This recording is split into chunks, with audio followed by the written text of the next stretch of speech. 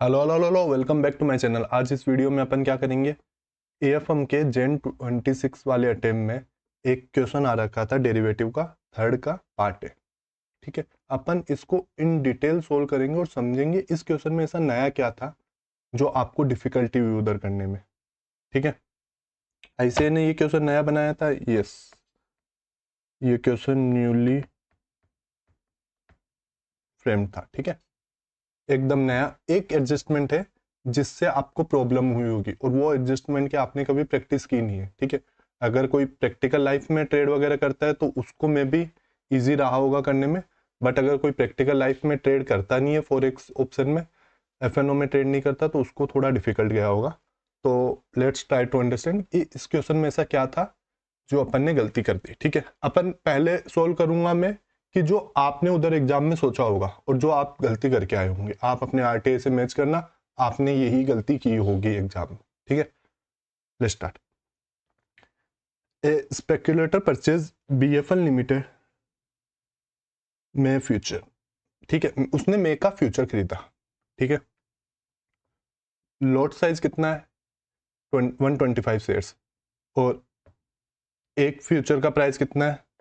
7750। ठीक है, इंटू 125, इतना उसने टोटल इन्वेस्टमेंट किया होगा। ठीक है, and choose to write BFL May call. May month के लिए बीएफएल के लिए कॉल कॉल ऑप्शन भी राइट किया है उसने। ठीक है, तो उसने दो चीजें की है, एक तो शेयर परचेज किया है, ठीक है, और एक उसने राइट किया है। क्या किया है? कॉल। तो कॉल राइट किया मतलब कॉल राइटर बनाई है। ठीक है, कॉल राइटर होता है तो उसे क्या मिलता है? प्रीमियम मिलता है। ठीक है, होल्डर प्रीमियम देता है, किसको देता है? कॉल राइटर को। ठीक है, तो इसको प्रीमियम मिला है 30 रुपए का, 30 रुपए और 125 उसके अंदर शेयर है। ठीक है, तो इतने का इसको प्रीमियम मिला है। ठीक है, एज ऑन मे 18, ठीक है, स्पॉट प्राइजेस बढ़ गई है, so the future prices and call premium. Spot prices increase हो गई तो फ्यूचर और कॉल प्रीमियम भी इंक्रीज हो गया। ठीक है, फ्यूचर प्राइस कितनी हो गई? 7780। ठीक है, और कॉल प्रीमियम हो गया 36। अब वो इधर पोजीशन को क्लोज करना चाहता है। और एक एडिशनल चीज और दे रखी है आपको, आपने अभी तक जो भी क्वेश्चन किया होगा उसमें ब्रोकरेज आपने कंसिडर नहीं किया होगा कभी भी। ठीक है, ब्रोकरेज अपन को दे रखी है सिंपल, अपन ब्रोकरेज निकाल लेंगे, कैलकुलेट कर लेंगे, जो क्वेश्चन में इंफॉर्मेशन दे रखी है उसके अकॉर्डिंग अपन ब्रोकरेज निकाल लेंगे। ठीक है, इसमें कोई प्रॉब्लम नहीं है कि बेसिक ब्रोकरेज निकालना है अपन को एक्स्ट्रा, वो एक पार्ट अपन निकाल लेंगे। अब ब्रोकरेज कितनी है? 0.02%। किसकी है brokerage? 0.02% of transaction value of future, future की तो ट्रांजेक्शन वैल्यू की।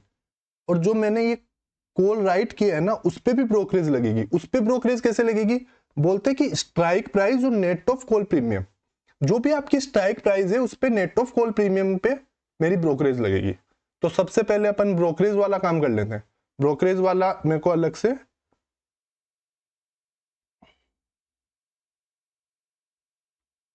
मेरे फोर्थ पार्ट में मेरे को अलग से पूछा भी है कि मेरे को ना टोटल ब्रोकरेज निकाल के बताओ। तो अपन ब्रोकरेज वाला काम कर लेते हैं ताकि आसानी हो।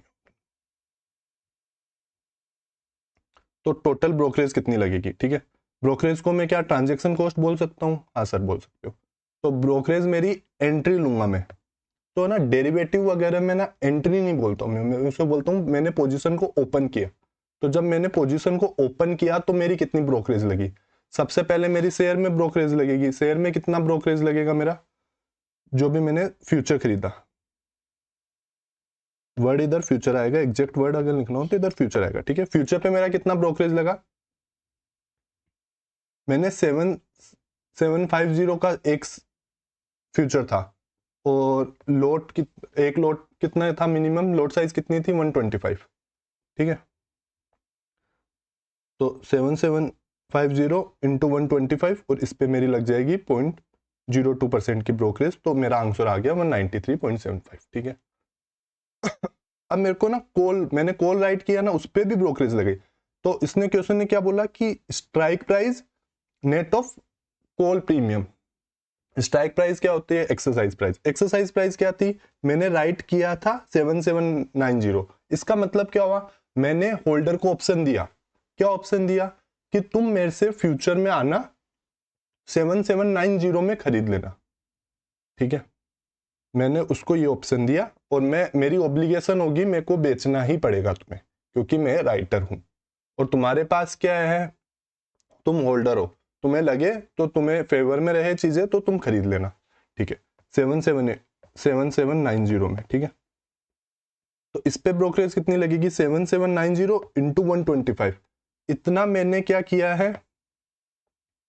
इतने शेयर पे मैंने कॉल राइट किया है। ठीक है, और नेट ऑफ क्या बोला इसने?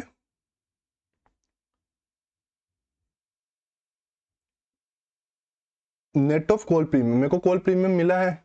कॉल प्रीमियम कितना मिला? 30 रुपए 125 शेयर पे। ठीक है, 30 रुपए 125 शेयर पे। इसको अगर शॉर्ट में लिखना हो तो ऐसे भी लिख सकते हो आप, 7790 माइनस 120 माइनस 30 इंटू 125 इंटू 0.20%। ठीक है, ये करोगे तो भी आपका यही आंसर आ जाएगा, 194 आपका आंसर आ गया। टोटल आपका एंट्री के टाइम पे लगे 387.75। अब मैंने पोजीशन क्लोज की, पोजीशन मैंने ओपन की और फिर मैंने पोजीशन क्लोज की। तो उस दिन 18 मई को कितना प्राइस था? 7780। 7780 पे मेरा 7780 इंटू 125, 7780 इंटू 125 इंटू 0.2%, 194.5। ठीक है, ऐसे ही कॉल को मैं स्क्वायर ऑफ करूंगा। ये क्या मतलब होता है स्क्वायर ऑफ करना? ये मैं आपको बताऊंगा। ठीक है, एक बार ब्रोकरेज निकाल लेते हैं पर 7790 इंटू 125। ठीक है, ये मेरी स्ट्राइक प्राइस होगी। हमेशा इधर स्ट्राइक प्राइस ही आएगी, क्योंकि उसने क्या बोला? कॉल हमेशा स्ट्राइक प्राइस पे रहता है। ठीक है, तो स्ट्राइक प्राइस रहेगी, उसमें से मैंने क्या किया? प्रीमियम माइनस कर दिया। सर ये 36 रुपीज के है, मैं आपको बताऊंगा ये 36 रुपीज के। क्वेश्चन में दे रखा है 36 रुपीज। ये 36 रुपीज एक्स्ट्रा क्या है मैं आपको बताऊंगा। ठीक है, 36 इंटू 125, इस पे मैंने निकाल लिया, इतना प्रीमियम आ गया। टोटल ब्रोकरेज मेरी एग्जिट के टाइम पे इतनी आ गई। एग्जिट नहीं बोलता हूँ मैं, फ्यूचर एंड ऑप्शन मार्केट में मैं उसे क्या बोलता हूँ? क्लोज कर दिया मैंने। तो टोटल ब्रोकरेज मेरी इतनी बन गई। ब्रोकरेज वाला पार्ट समझ में आया आपको? ठीक है, अब मैं आपको बोलूं, फर्स्ट वाला बोलूं मैं आपको कि प्रॉफिट एंड लॉस कितना हो मेरे को फ्यूचर में, तो आप बहुत बेसिक से निकाल लोगे कि मैंने एंट्री ली थी 7750 में। ठीक है, ये मेरा आउटफ्लो हुआ, और मैंने एग्जिट किया मतलब क्लोज किया मतलब सेल किया, तो मेरा इनफ्लो होगा। मैं कोई भी फ्यूचर बेचूंगा तो मेरे को इनफ्लो हुआ 7780 का। तो मैंने गेन कितना हुआ? 30 पर फ्यूचर मैंने क्या किया? मैंने गेन किया। ठीक है, और लोट कितना था? एक लोट साइज कितना था? 125। तो मेरा टोटल गेन आ गया 3750। ठीक है, 3750 कमाने के लिए मेरे को, इतने रुपए अर्न करने के लिए क्या मेरे को ब्रोकरेज देनी पड़ी थी? हाँ सर देनी पड़ी थी। कितनी ब्रोकरेज देनी पड़ी थी? जो अपन ने स्टार्टिंग में क्वेश्चन में निकाल लिया था। ठीक है, 193 और 194। देखो फ्यूचर वाला ब्रोकरेज ही कंसिडर करूंगा मैं, ये शेयर वाला ब्रोकरेज ही कंसिडर करूंगा, ये वाला ये वाला। ठीक है, तो ये दोनों ब्रोकरेज कंसिडर किए तो मेरा नेट गेन आ गया इतना। इसमें से ये दोनों माइनस हो जाएंगे। ठीक है, ये भी माइनस हो जाएगा, ये भी माइनस हो जाएगा, टोटल आ जाएगा इतना। ठीक है, अब आपके अकॉर्डिंग क्या होना चाहिए? क्या तो देखो आपको आई होगी ब्रोकरेज में दिक्कत, आपने ब्रोकरेज सही नहीं निकाली होगी। ठीक है, ब्रोकरेज सही नहीं निकाली होगी तो आपका प्रॉफिट एंड लॉस सही नहीं आया होगा, बट आपका जो ग्रोस प्रॉफिट है ना वो ठीक आया होगा। इसमें ग्रोस प्रॉफिट में किसी को दिक्कत नहीं आई होगी। अगर किसी को फ्यूचर ये डेरिवेटिव अच्छा है तो उसको ग्रोस प्रॉफिट में कोई दिक्कत नहीं आई होगी। ठीक है, ऑप्शन में आपने क्या सोचा होगा कि मेरे को 30 रुपए का प्रीमियम मिला है। ठीक है, और मैंने कॉल राइटर हूं मैं, और मेरा स्ट्राइक प्राइस क्या है? 7790। आपने सोचा होगा एक्सरसाइज पे प्राइस हो गया 7780। ठीक है, मैंने किसी को ऑप्शन दिया कि तुम मेरे से 7790 में खरीद लेना। वो एक्सरसाइज कब करेगा? जब प्राइस इससे ऊपर जाएगी। प्राइस तो इसके नीचे है 7790 के, तो ये क्या हो जाएगा? ऑप्शन लेप्स हो जाएगा। ठीक है, ऑप्शन लेप्स हो जाएगा तो मेरे को तो खाली फायदा हो गया, गेन हो गया। कितने का हो गया? 30 इंटू 125, इतने का मेरे को फायदा हो गया। आपने ये कर दिया होगा और इसमें से ब्रोकरेज निकाल दिया होगा और आपने इधर लिख दिया होगा नेट गेन। ठीक है, ये आप गलती करके आए होंगे। एक सेकंड रुको।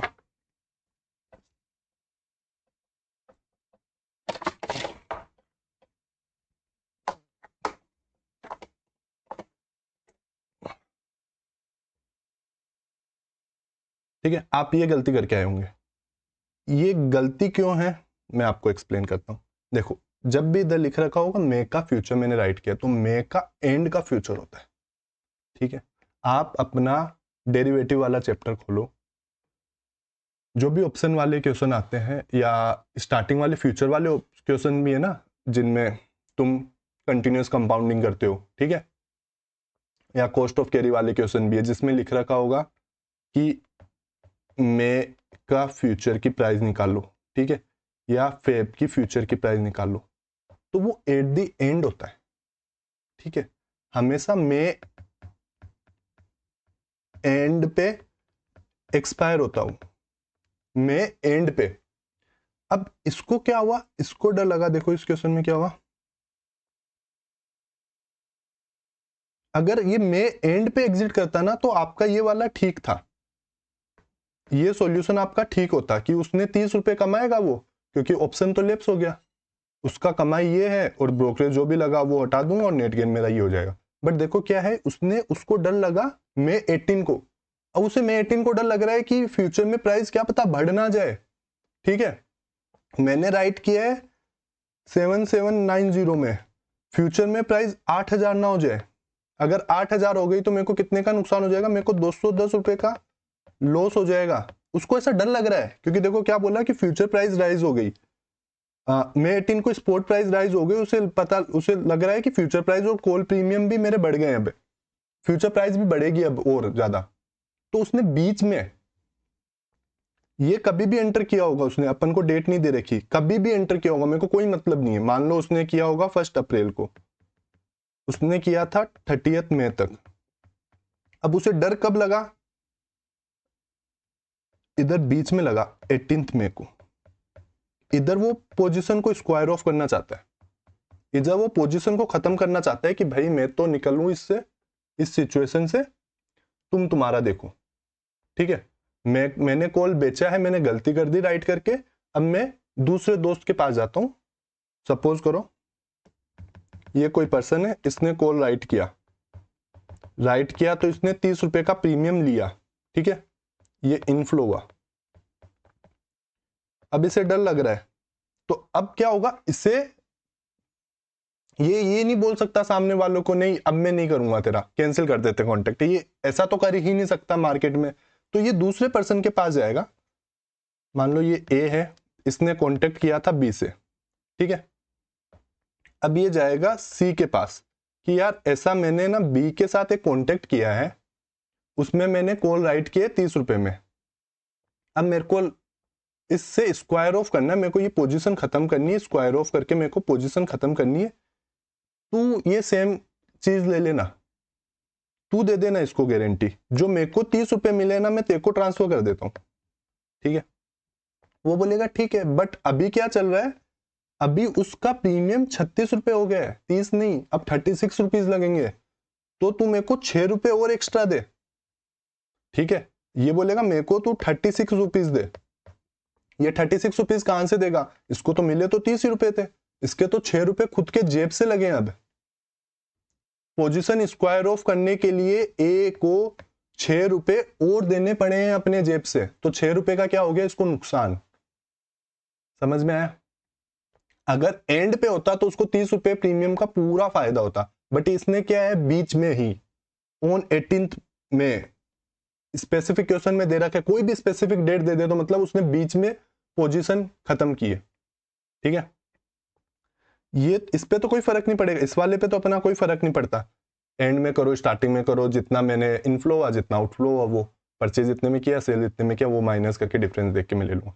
ठीक है, तो बट ब्रोकरेज वाले में अब क्या होगा तुम्हारा, उसने देखो ओपन किया, कॉल राइट किया तो उसको इनफ्लो हुआ, इनफ्लो कितने का हुआ 30 का, जब वो स्क्वायर ऑफ करेगा तो उसको 36 रुपीज देने पड़ेंगे, तो उसको 6 का लॉस हुआ इधर, समझे। 30 का फायदा नहीं हुआ, 6 का लॉस हुआ है। 6 का लॉस हुआ 125 पे, तो 750 का उसको टोटल लॉस हुआ। और ब्रोकरेज भी लगी, ब्रोकरेज एंट्री पे भी लगी, एग्जिट पे भी लगी, ब्रोकरेज एंट्री एग्जिट पे लगी, तो इतना उसको टोटल लॉस हो गया, ठीक है।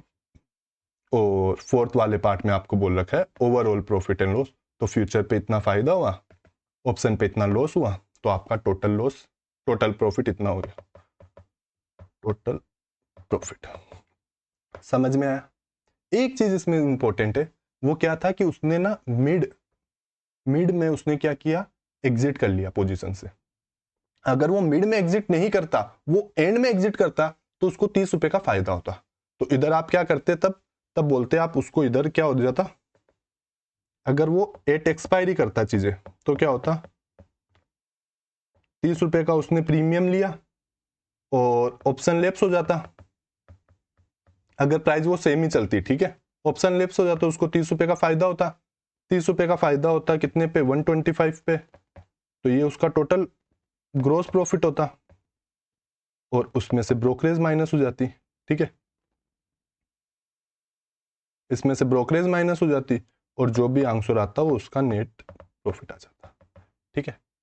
तो ये डिफरेंस होता है, उसने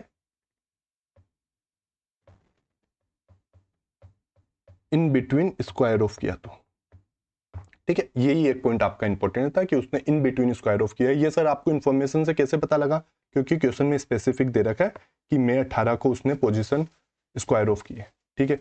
और आपको कैसे पता सर, एग्जिट पे ही होता है, हमेशा एग्जिट पे ही होता है, ठीक है। आपने और बहुत क्वेश्चन किए होंगे, तो उनमें भी आप ध्यान रखो, एग्जिट पे ही होता है हमेशा, ठीक है।